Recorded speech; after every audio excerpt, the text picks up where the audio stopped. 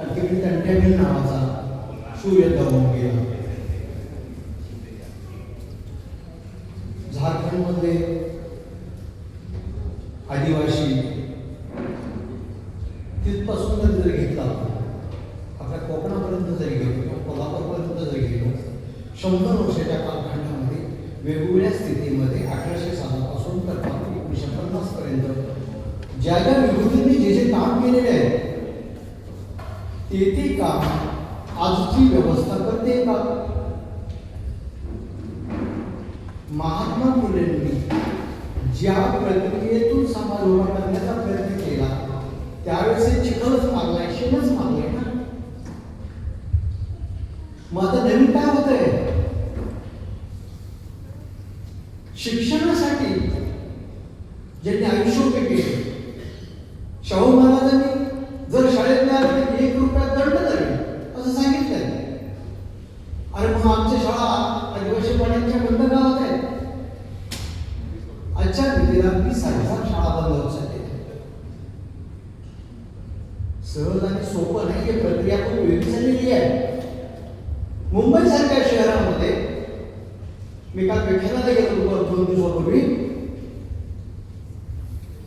सरकारच्या 40 जागा आपल्या अंगाने विकत घेत आहेत.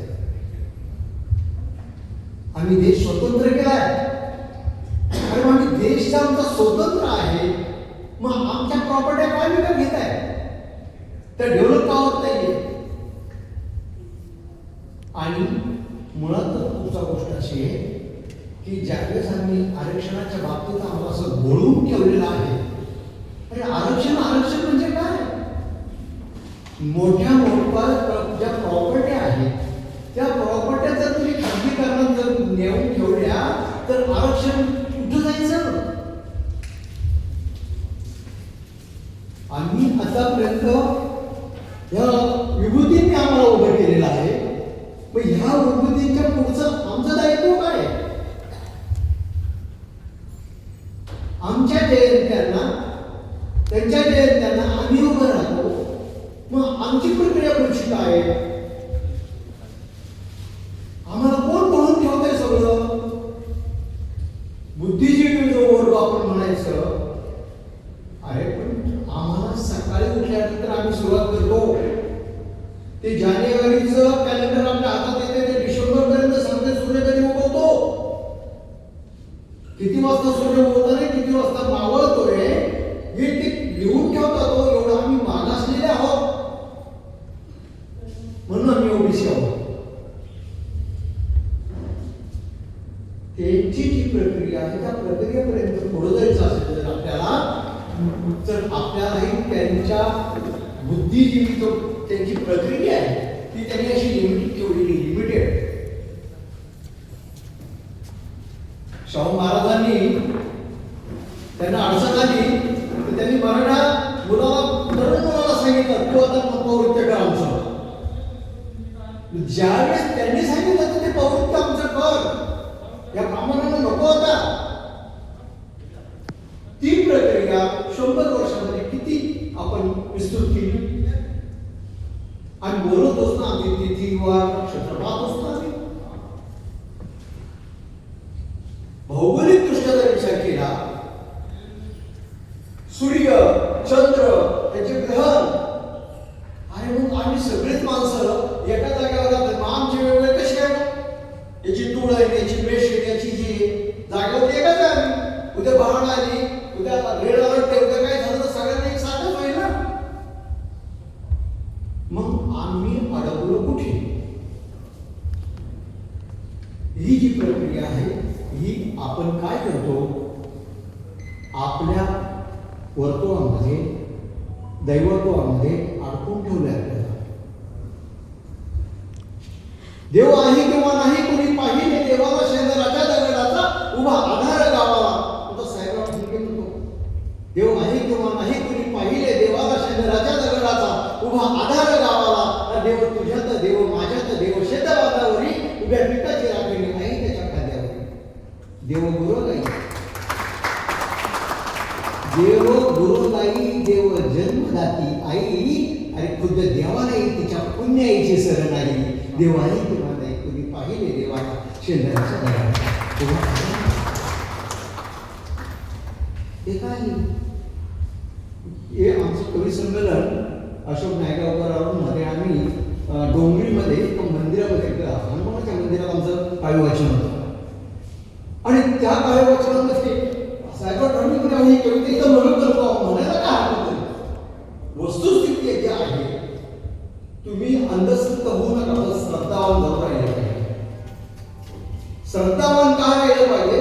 ज्या ज्या विरोधींनी आपल्याला उभं केलेलं आहे त्यांच्याबद्दल तर नतमस्तक व्हायलाच पाहिजे हो. आणि ही जी प्रक्रिया आहे, ही प्रक्रिया करत असताना बघा कसं समाज कसा वाहवत जातो. आता एक तुम्हाला एक, आपण ओबीसी, आम्ही मागासलेले आहेत, आम्ही आदिवासी आहेत, आम्ही हे आहोत ते आहोत असं जरी म्हणत असलो तर मी काय म्हणतो ते बघा,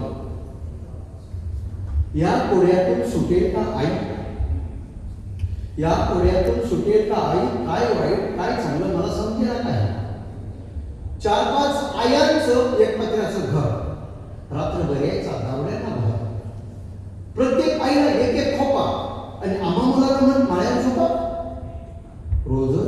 रोजच आईजवळ एक झोपलेला राहील, काय वाईट काय चांगले मला समजेना काय. आई रोजच काय काही चटई होते, आई रोजच काय काही चटई होते, अंथरुणात केवढी घाण होते. झटकन गळतीच्या पाणी, झटकन रशी घेऊन बोका घे, परत आईला गेली विचारच नाही काय चांगले मला समजेना काय. येता घरात एक कायमचा झाला, आई म्हणाली बापू म्हण त्याला. येता घरात एक कायमचा झाला, आई म्हणाली बापू म्हण त्याला. आई आजारी होताच बापू गायब झाला, आई आजारी होताच बापू गायब झाला.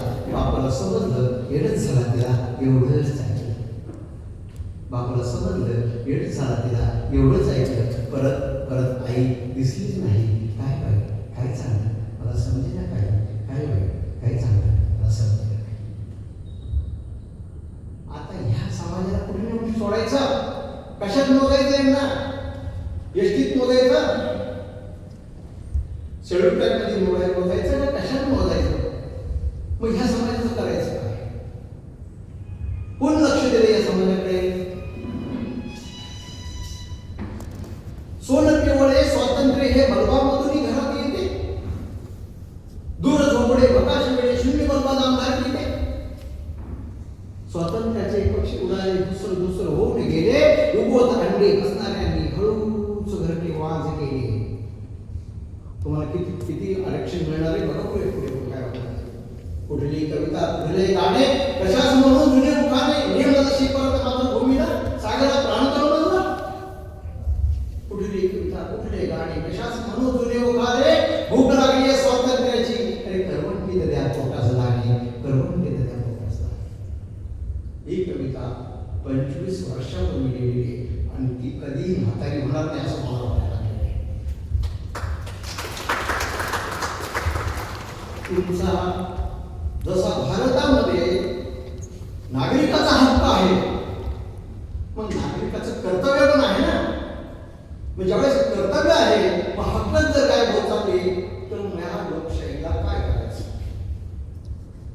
आमचे जर हक्क जे आम्हाला दिलेले, संविधानाने जे दिलेले, त्या हक्काप्रमाणे शिक्षण काय करायला लागलेले आहे, मग आम्ही तरी काय करतो? आम्ही आंतरराष्ट्रीय शाळा,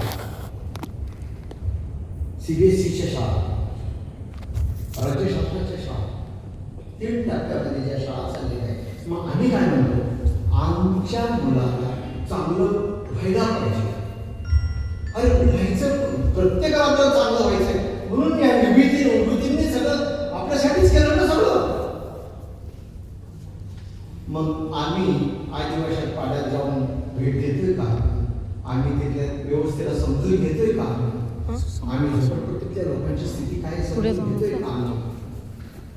सगळं वाधांतरी चाललेलं आहे. कोणीही गाडगे महाराजांसारखे आश्रम काढलेले नाहीये, कुणी शाळा काढलेल्या नाहीये. खूप स्वातंत्र्याच्या काळात मी तर असं म्हणतो, भारताला स्वातंत्र्य 1950 पर्यंत मिळालं. मी स्वातंत्र्याचं पारतंत्र्यात आहे का असं मला प्रश्न पडतो. कारण जी व्यवस्था आज वेगळ्या दिशेने चाललेली आहे त्या व्यवस्थेवरती प्रत्येकाला लक्ष ठेवून राहावं लागेल. आणि एवढं सोपं नाही आहे. कारण जो कोणी पुढं जात आता ते मध्ये तो मुलगा का तो ऑपरेश पार्टी काय कशासाठी पुढं लढताय? अरे ते त्याच्यावरती